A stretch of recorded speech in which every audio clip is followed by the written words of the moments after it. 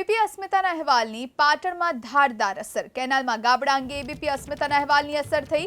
અહેવાલ પ્રસારિત કર્યા બાદ સિંચાઈ વિભાગ જાગ્યું સફાળું।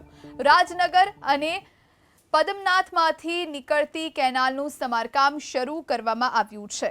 તો પાટણમાં એબીપી અસ્મિતાના અહેવાલની ધારદાર અસર જોવા મળી છે। કેનાલમાં ગાબડા અંગે એબીપી અસ્મિતાએ અહેવાલ રજૂ કર્યો હતો।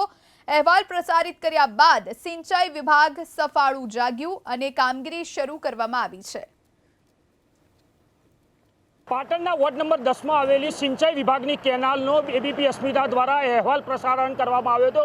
ત્યારબાદ સફાળું તંત્ર જાગ્યું છે। આપને હું દ્રશ્યો બતાવવા માંગીશ કે જે સિંચાઈ વિભાગની જે કેનાલ હતી તે ગાબડું પડ્યું હતું અને ગાબડું પડવાના કારણે હજારો લીટર પાણી વેડફાયું હતું। ત્યારે એબીપી અસ્મિતાની ટીમ છે અહીંયા પહોંચી તેને તમામ રિયાલિટી ચેક કરી। તેની રિયાલિટી બાદ અને જે અહેવાલ ટીવીમાં પ્રસારણ થયા બાદ નગરપાલિકાનું તંત્ર તેમજ સિંચાઈ વિભાગનું તંત્ર છે તે પહોંચ્યું છે અને તે જીસીબી લઈને આવ્યું છે। જીસીબી દ્વારા જે કેનાલમાં જે ગાબડું પડ્યું છે તે ગાબડું પૂરવાનું કામ હાલ તો કરી રહ્યું છે। એટલે જ્યારે પણ ચોમાસું હોય કે તમામ સિઝન હોય ત્યારે કોઈ પણ સમસ્યા હોય છે ત્યારે એબીપી અસ્મિતા પોતાની લોકોની સમસ્યા છે તે પ્રસારણ કરતી હોય છે। ત્યારે આજે પણ પાટણની જે સિંચાઈ વિભાગની જે ગાબડું પડ્યું હતું ને ગાબડું પડવાના કારણે હજારો લીટર પાણી વેડફાયું હતું અને પાણી વેડફાયા બાદ એબીપી અસ્મિતા ચેનલ પર આ અહેવાલ પ્રસારિત કરવામાં આવ્યો હતો અને વહીવટીતંત્ર જાગ્યું હતું અને વહીવટીતંત્ર દ્વારા જીસીબી બોલાવ્યું હતું ને જીસીબી બોલાવીને તે જે કેનાલ છે તેને પૂરવાનું કામ કરી રહ્યું છે। એટલે વાત કરવામાં આવે કે જ્યારે પણ કોઈ પણ સમસ્યા હોય છે ત્યારે એબીપી અસ્મિતા છે લોકોના વહારે આવતી હોય છે અને આજે પણ તમે દેખી રહ્યા છો કે એબીપી અસ્મિતાના અહેવાલ બાદ